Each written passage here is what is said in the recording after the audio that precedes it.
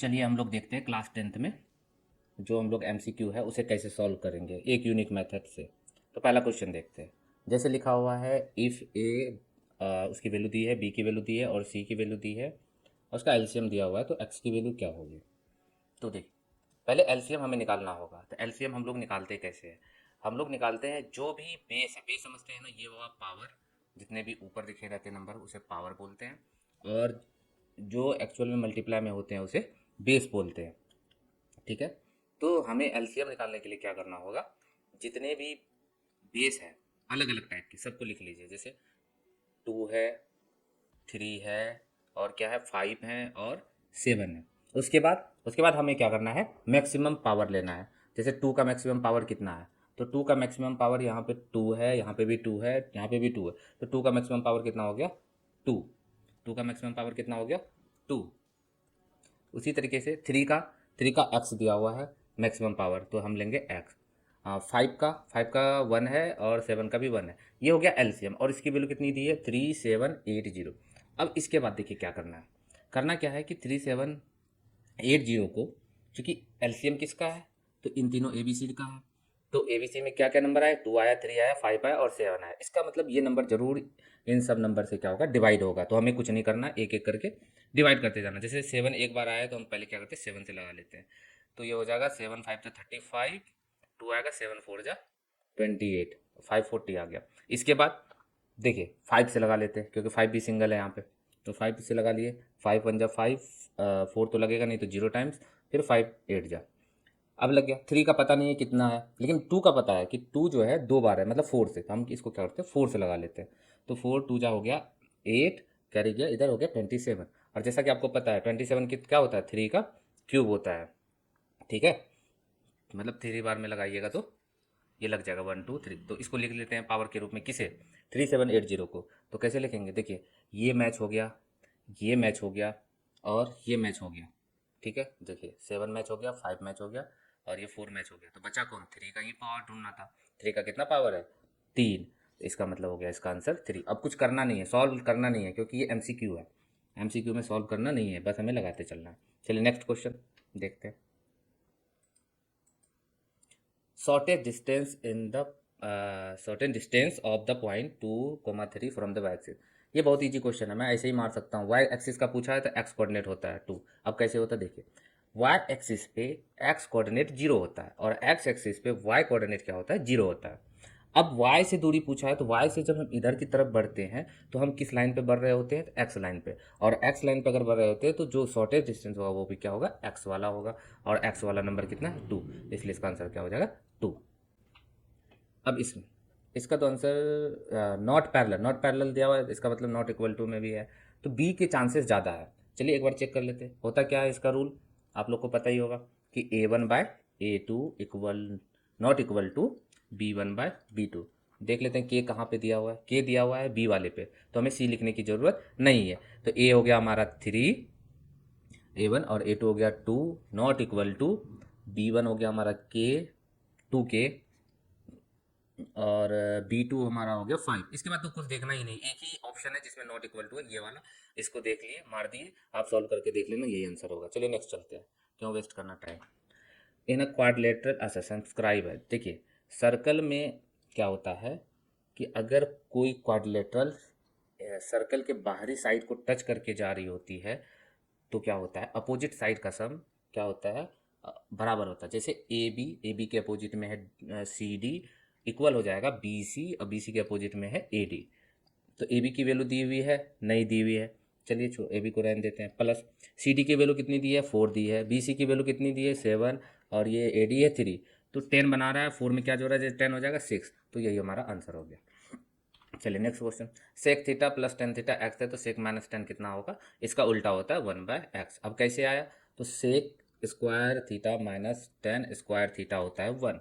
अगर a square minus b square का हो तो क्या करते, एक बार इसे जोड़ दीजिए, sec theta plus tan tan theta, और एक बार इसे माइनस कर दीजिए, sec theta minus tan theta equal to कितना हो गया, 1।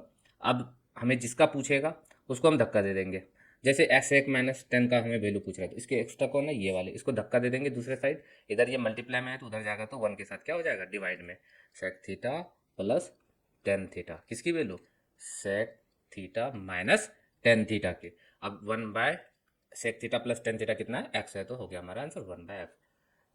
एक्सप्लेनेशन के लिए मेरा डिटेल्स वीडियो देखिए, आई थिंक मुझे जो है आपको ट्रिक बताना चाहिए, और ताकि आप कम समय में ज़्यादा से ज़्यादा क्वेश्चन कर सके और एमसीक्यू के बाद जो लॉन्ग क्वेश्चन होते हैं उसके लिए टाइम बचा सके। चलिए नेक्स्ट क्वेश्चन पे चलते हैं। Which one of the following is not a quadratic equation. कितना बच्चा करेगा क्या, इसको देख के जो है भाग जाएगा कि इतना बड़ा कौन सॉल्व करे। देखिए सॉल्व करते हैं। पहले वाले में है, ये है एक्स प्लस टू का होल स्क्वायर, इसका मतलब इसमें एक्स स्क्वायर इधर आएगा, ठीक है। एक्स स्क्वायर जैसे आ गया, इस साइड कोई और एक्स स्क्वायर है नहीं कि काट सके इसको, इसका मतलब एक्स स्क्वायर आ गया तो क्वाड्रेटिक हो गया। क्यों, क्योंकि क्वाड्रेटिक इक्वेशन कैसे होता है हमारे, X square plus X, A X square plus B X plus, यही तो होता है।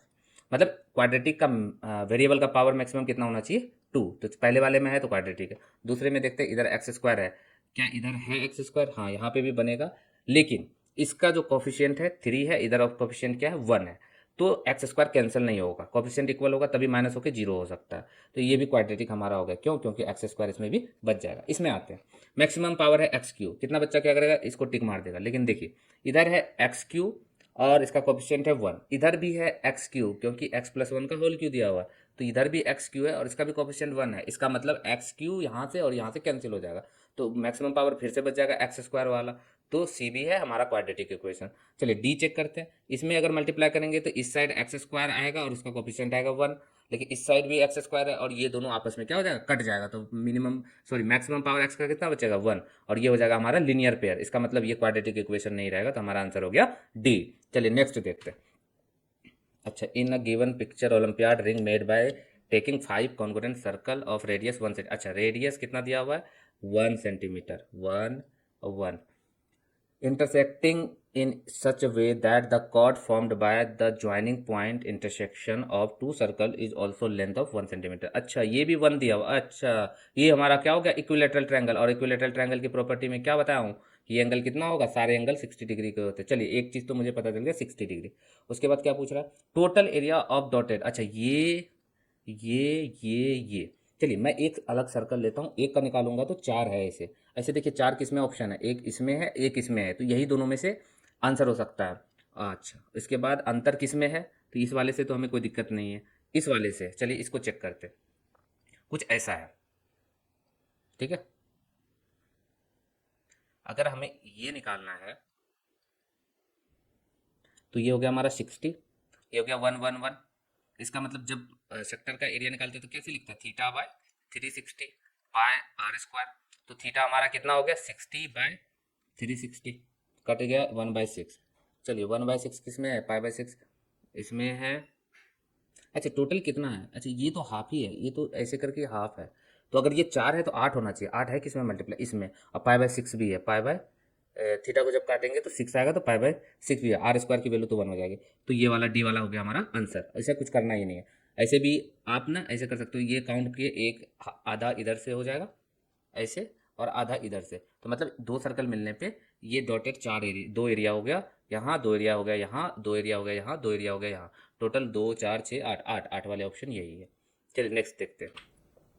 A pair of dice tossed, what is the probability of not. अच्छा नॉट का पूछा, गेटिंग द सम ऑफ 8। हम लोग क्या करते हैं, 8 का निकाल लेते हैं फिर नॉट का निकाल लेंगे, क्या जाता है। तो 8 के लिए जैसे मैक्सिमम डाइस पे कितना आ सकता है 1, और दूसरे पे कितना आएगा, मैक्सिमम मिनिमम आ सकता है 1 और मैक्सिमम आ सकता है 6, इसको जोड़ने पे 8 आएगा नहीं। एक काम करें, इस टाइप को बढ़ाते जाएंगे, इसको घटाते जाएंगे। चलिए दूसरा ले लेते हैं 2 में क्या जोड़ा जाए 6, ये 8 करेगा। अगला 2 की जगह ले लेते हैं 3, तो ये करना होगा 5 8, ये वाले तो हुए नहीं। और उसी तरीके से अगर एक डाइस में 2 6 आए तो हो सकता है कि पहले डाइस में 6 आ जाए दूसरे में 2 आए, उसी तरीके से पहले में 5 आ जाए दूसरे में 3 आ जाए। 4,4, अच्छा ये में तो आप कर ही नहीं सकते, दोनों डाइस पे 4 ही आया, तो ये रिजल्ट बचा 1 और बाद बाकी बचा 5। अच्छा टोटल कितने होते हैं, तो 6 पे पावर n डाइस में, तो 2 डाइस फेंका गया तो 6 का स्क्वायर 36, 36 में 5 बार 8 आ रहा है, तो बचा कितना 31 टाइम्स, कौन सा आंसर है बी वाला। Next, 2 sin 5x equal to √3, x की वैल्यू कितना है 90 और 60 के सॉरी 0 और 90 के बीच में। अच्छा एक बात बताइए, यहाँ पे जो हम लोग पढ़े हैं 5x, इसकी स्टैंडर्ड वैल्यू हम लोगों ने पढ़ा है, आपको अगर सर यस, तो स्टैंडर्ड वैल्यू अगर हम x की वैल्यू 10 लेते हैं तो 5x कितना हो जाएगा 50, इसमें लेते हैं तो 60, इसमें x की वैल्यू 20 लेते हैं तो 5 हो जाएगा 100, और इसमें x की वैल्यू 50 लेते 250। ना ये पढ़ा है एंगल, ना ये पढ़ा हूँ, ना ये पढ़े हैं, क्या पढ़े हैं 60, तो 60 किस में आ रहा है 12 में, तो यही होगा हमारा आंसर, आप निकाल के देख लेना। The sum of two number 1215 and their HCF इतना, the possible pair such numbers are. अच्छा कितने ऐसे नंबर होंगे, तो एस अच्छा क्या होता है एचसीएफ थोड़ा समझते हैं। सपोज मान लीजिए एक नंबर हमारा 8 है, दूसरा 12 है, ठीक है, नंबर 1 हो गया और ये नंबर 2 हो गया, तो इन दोनों का सम n1 प्लस n2 की बात करें तो ये 20 होगा। और 8 और 12 का एचसीएफ कितना होगा, एचसीएफ क्या होता है, मैक्सिमम हाईएस्ट नंबर जिसके टेबल में दोनों नंबर आ जाए, तो वो क्या है 4, 4 के टेबल में 8 भी आएगा और 12 भी आएगा, इसके बाद कोई ऐसा नंबर नहीं है जिसके टेबल में 8 और 12 आए। 6 लेंगे तो 6 में तो 12 आएगा लेकिन 8 नहीं आएगा। चलिए अब क्या करते हैं, जरा इसको डिवाइड कीजिए, 8 को 4 से डिवाइड कीजिएगा तो 2 बचेगा, 12 को 4 से डिवाइड कीजिएगा तो 3 बचेगा, उसी तरीके से 20 को 4 से डिवाइड कीजिएगा तो कितना बचेगा 5 बचेगा। इसका मतलब ये हुआ कि अगर हम एचसीएफ को नंबर को काट देते हैं तो वो जो नंबर आएगा वो एक्चुअल में दोनों कटे हुए नंबर को जोड़ने पे सेम आएगा।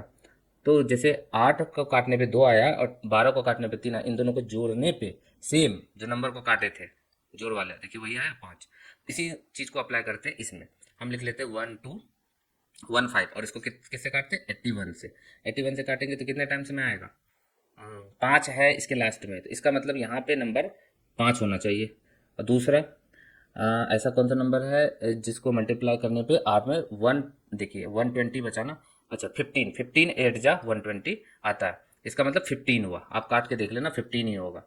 अब 15 बनाने हैं, ठीक है, तो क्या क्या नंबर हो सकते हैं, चलिए यहाँ लिख लेते हैं साथ में, 15 बनाने हैं, पहले 1 लेते हैं तो हमें दूसरा नंबर कितना मिलेगा 14, ठीक है, दूसरा 2 लेते हैं 13, 3 लेते हैं 12, 4 लेते हैं तो 11, 5 लेते हैं 10, 6 लेते हैं 9, 7 लेते हैं 8, उसके बाद तो 7 के बाद 8 है, 8 यहाँ तो है। अब देखिए जैसा कि हमने इस नंबर को काटा था, आप ये चीज़ नोटिस कीजिए, जो ये वैल्यू है इसका कोई कॉमन फैक्टर नहीं है, 2 और 3 का कॉमन फैक्टर नहीं है एक्सेप्ट 1।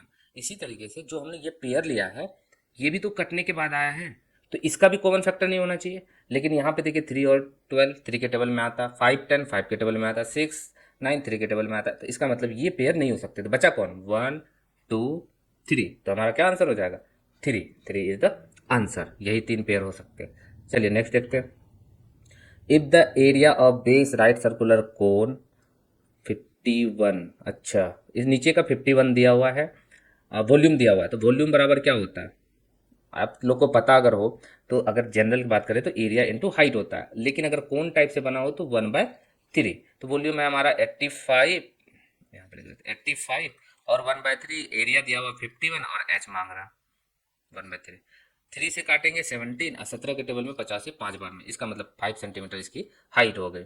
आई होप कि वीडियो अच्छी लगी हो, इसके पार्ट 2 में जल्दी ही मिलेंगे। अगर ट्रिक अच्छी लगी हो, शॉर्टकट अच्छा लगा हो तो वीडियो को लाइक ज़रूर कर दीजिएगा और मेरे चैनल को प्लीज़ सब्सक्राइब कर लीजिएगा, ताकि पार्ट 2 जब लाएँ तो आपको पहले इन्फॉर्मेशन मिल जाए। चलिए मिलते हैं नेक्स्ट वीडियो में, तब तक के लिए बाय बाय।